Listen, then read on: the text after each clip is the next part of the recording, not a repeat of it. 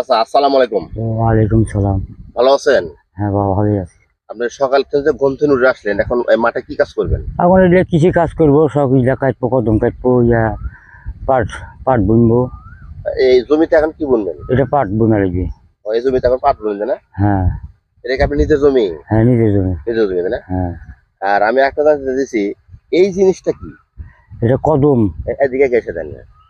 এটা একটা কদম।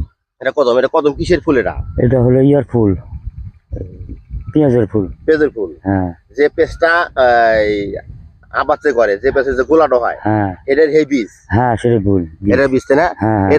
এটা কি একবার তুলে হারে পরে খালি না, মাথা খালি মাথা কাটতে লিয়ে যাও, বাইক লিয়ে যাও, সব লাগবে, তুইয়া ইয়ে করা লিখবে, বেশি বাইক করা লিখবে। বিসি ব্যাগের উপর। হ্যাঁ। এই বিসির এই পোলটা হ্যাঁ। কত টাকা কেজি বিক্রি হয়? এটা হলো কোনো বছর হলো 2000 5000 টাকা কেজিও লাগে। ও, 5,000 টাকা কেজি লাগে। হ্যাঁ।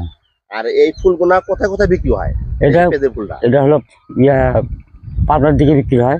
আপনাদের বিক্রি। হ্যাঁ, পাবনায় বেশি, পাবনার এলিয়া যায় বেশি। ও তাই না? হ্যাঁ। আর এই পেঁয়াজের ফুলটা মানে বেশিরভাগ দেখা যায় যে নিচে কি আবার কোনো গোলা আছে নাকি? হ্যাঁ, নিচে কি কোনো গোলা আছে? না, ওই নিচে সব সব সময় থাকে, কোনো এমনি কোনো গোলা নাই, কিছু আছে সব এই বিষয় থাকে।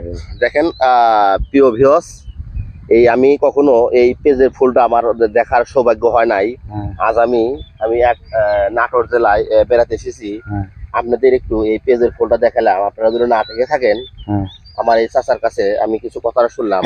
এই এই গ্রামের নামটা কি, জেলার নামটা কি? সরকুটিয়া।